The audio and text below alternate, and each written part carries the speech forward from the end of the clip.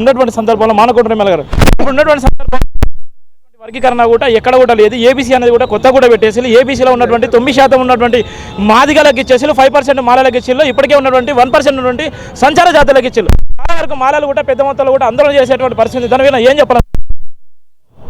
తప్పకుండా గౌరవ ముఖ్యమంత్రి గారు రేవంత్ రెడ్డి గారు మాదిగల పక్షపాతిగా ఉండి మాదిగలు 30 ఏళ్ళుగా చేస్తున్న పోరాటానికి ఒక మొక్కవోని ధైర్యంతో మమ్మల్ని ముందుకు నడిపించి తప్పకుండా సుప్రీంకోర్టు ఆగస్టు 1వ తేదీన ఇచ్చినటువంటి జడ్జిమెంట్ ప్రకారంగా దీనిని చేయవలసిందే అని ఆగస్టు 1న వెలువడితే మరు నిమిషమే అసెంబ్లీలో ప్రకటన చేసి ఆ మాటకు కట్టుబడి ఉండి ఈరోజు వర్గీకరణ చేస్తున్నారు 3 గ్రూపులుగా. అయితే షమీమ్ అఖ్తర్ గారి కమిషన్ ఏదైతే చెప్పిందో ఆ సూచనల మేరకే మంత్రివర్గ ఉపసంఘం ఏదైతే ఉందో ఉత్తమ్ కుమార్ రెడ్డి అధ్యక్షతన, అదేవిధంగా దానికి పొన్నం ప్రభాకర్ గారు, దామోదర్ రాజనరసింహ గారు, అదేవిధంగా శ్రీధర్ బాబు గారు, సీతక్క, అదేవిధంగా ఇతర నాయకులందరూ కూడా తొందరగా వాళ్ళు సమర్పించిన మరుక్షణమే దాన్ని అసెంబ్లీలో ప్రవేశపెట్టి ఈరోజు తీర్మానం చేయడం జరిగింది. వారికి మేము హృదయపూర్వకంగా కృతజ్ఞత తెలియజేస్తూ ఉన్నాం. ముఖ్యంగా మరి దీంట్లో కృషిలో భాగంగా అందరూ ఎమ్మెల్యేలు నాతో పాటు మా మంత్రివర్గంలో ఉన్నటువంటి దామోదర్ రాజనరసింహ గారి కృషి కూడా అభినందనీయం.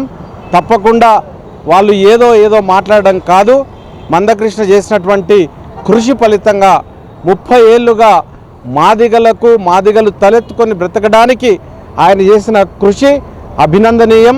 మరి ఈరోజు రిజర్వేషన్స్ వర్గీకరణ ప్రకటించినప్పుడు ఆయన బాధ్యత కూడా ముఖ్యమంత్రి గారిని అభినందించాలని మేము ఆయన్ను కూడా కోరుతా ఉన్నాం. తప్పకుండా మేము ముఖ్యమంత్రి గారి పక్షాన ఉంటాం. మాదిగ జాతి అంతా ఉన్నంత వరకు రేవంత్ రెడ్డి ముఖ్యమంత్రి గారికి తప్పకుండా రుణపడి ఉంటుందని, గ్రేట్ఫుల్గా ఉంటుందని కూడా తెలియజేస్తున్నాం. ఏబీసీలో మీరు క్రియాశీలక పాత్ర ఒక సందర్భంలో కూడా వర్గీకరణకు మీరు మద్దతుగా ఉన్నారు. ఏబీసీడీకి సంబంధించినటువంటి వర్గీకరణ అంశాల్లో కూడా మందకృష్ణ మాదిగతో కూడా ఎమ్మెల్యే కాకముందుకు అనేక సందర్భాల్లో పాల్గొన్నారు. ఇవాళ ఏబీసీడీ వర్గీకరణ సాధించిన తరుణంలో అసెంబ్లీ సాక్షిగా ముఖ్యమంత్రి ప్రకటన చేసిన అనంతరం ఏ విధంగా ఉంది? అందరూ కూడా హర్షిస్తూ ఉన్నారు. ప్రకటన చేసిన తర్వాత చాలా సంతోషంగా ఉన్నారు. సుదీర్ఘ పోరాటానికి తెరబడ్డది. ఇప్పుడు ఇవి 2011 జనాభా లెక్కల ఆధారంగా చేసినటువంటి రిజర్వేషన్ల శాతము అది మళ్ళీ కొత్తగా ఎప్పుడైతే జనాభా లెక్కలు జరుగుతాయో దాని ప్రకారంగా మళ్ళీ చేస్తారని కూడా మేము తెలియజేస్తాం.